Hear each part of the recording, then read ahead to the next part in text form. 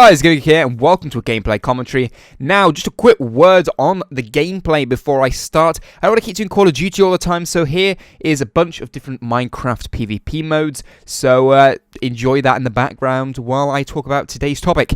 Now, I have had a few people over the past week or so ask me my opinion on starting a new channel, giving some tips and things like that. Now, I thought I'd make a commentary about it, so, in case there are some other people out there that are thinking about starting a channel, or have just started a channel and would like some advice. Now, before I start, I haven't made any notes before this. I sort of thought about it and thought of some ideas, but I didn't want to sort of note it down and make it really formal. I just wanted to be sort of open with you from one YouTuber to a possible YouTuber, which is obviously you. So also I do want to say that I'm no expert when it comes to YouTube. I'm not a big YouTuber out there that knows all the tricks of the trade sort of thing, and can give you this big secret that apparently some people believe there is to get you big on YouTube. It just doesn't work like that. The main things to being even a tiny bit successful on YouTube is dedication and having the right idea at the right time. Those two are very, very important. A lot of the big YouTubers out there today were really just doing what they're doing at the right time with the right game. And, there's nothing, more than can be said with that. So you can replicate that, though. There is a lot of YouTubers out there doing gaming, but it doesn't mean that you can't repeat that. In the past year, I've seen, quite a few small YouTubers suddenly grow quite dramatically. So, although there are a lot of people doing YouTube, there's also a lot of people watching YouTube. It's sort of increased on both sides. So it's still very, very possible to be successful. You've just got to sort of, as I said, do the right thing at the right time, make that right decision. Now, in terms of what content you do, in terms, you want to do a game channel, but what?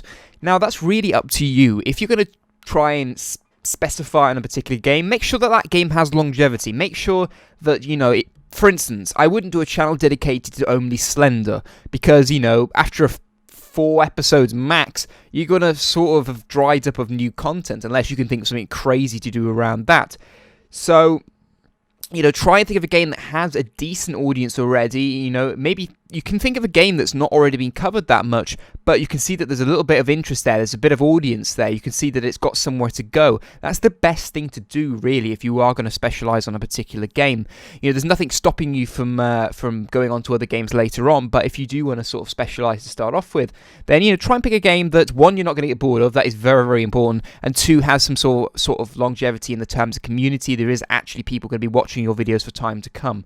So, that's really important. I did touch on another little bit there. Another really important factor is you've got to enjoy what you do. You've got to enjoy the game you're playing. You've got to basically live and breathe gaming. If you're going to make a gaming channel, it's got to be a massive part of your life. It's got to be something that, you think about quite often and you've got enthusiasm for. That's really important, because if you've got enthusiasm for something, if you get excited genuinely by something, you're going to put that into your video, and then you're going to make people watching feel excited and hopefully enjoy your content because of that. So that's really, really important as well. Now, as I said, there's no real, key to becoming big. As I said, dedication.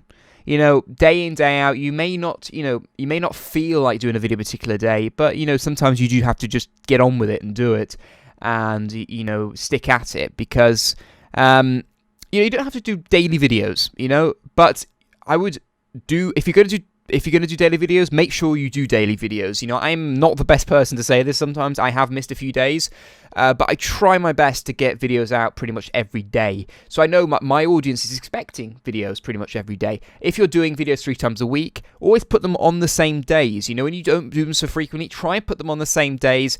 Even if you create a video, Friday and it's going up Monday, schedule it. That's what scheduling's for, schedule it up, ready. If you can do that, get into the habit of making videos before the day they're supposed to be out. That is really the best way to do things, because you've got loads of time to sort of change something if something's not quite right. You've got time to watch it back on YouTube and go, oh, that quality's not quite right, or that's not uploaded quite right.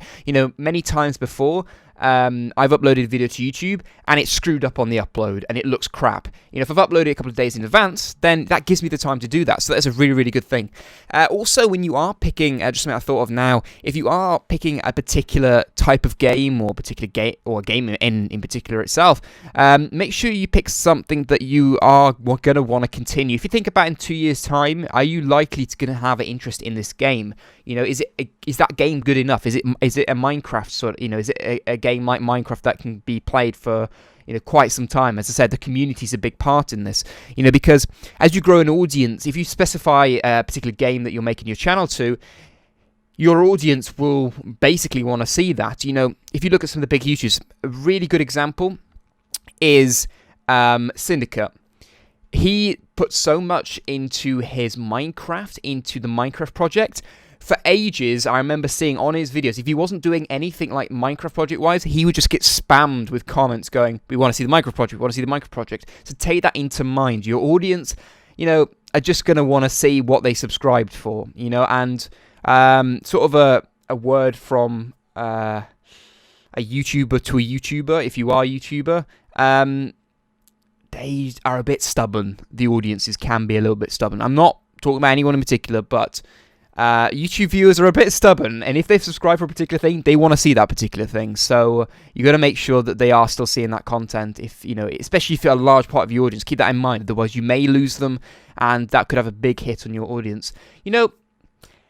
Really, that is the main part of it. When it comes in terms of quality and things like that, when you first start off, concentrate on the core items. If you're doing a gameplay commentary, make sure your commentary is good. Make sure they can hear you clearly. If your video is more about what you're talking about rather than the gameplay itself, put your all into making that audio as clear as it can, making the video structure as clear as you can, and then, people will hopefully understand the commentary that you're trying to get across. You focus your work onto the point of the video.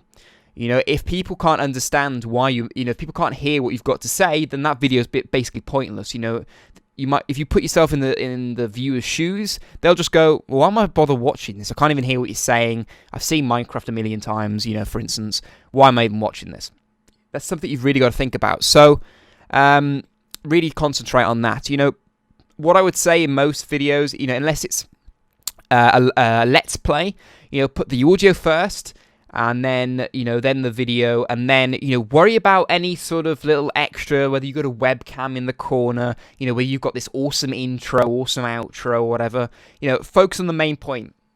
Even if you don't include, like I said, webcam for a month, if you don't have an intro for a while, you don't have an outro, make sure the core components, I would say, is the actual video, the audio, the video, and the thumbnail.